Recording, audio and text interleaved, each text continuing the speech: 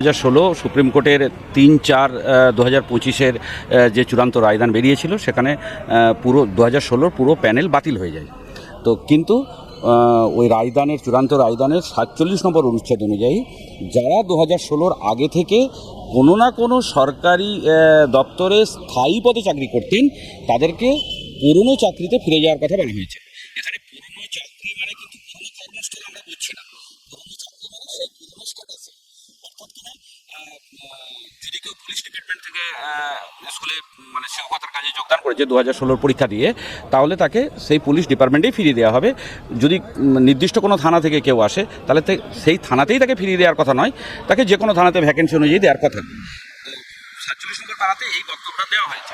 তো এই পরিপ্রেক্ষিতে আমরা বিগত এপ্রিলের 16-17 তারিখ নাগাদ আমরা শিক্ষা দপ্তরের commissioner of school education, principal secretary of school education, আমাদের পর্ষদ, এসএসসি দপ্তর এবং কনসার্ন ডিআই স্যারেদেরকে আমরা পুরনো পোস্টে ফিরে যাওয়ার জন্য আবেদন জানিয়েছি। বাংলা হান্টের আরও খবর দেখতে নজর রাখুন।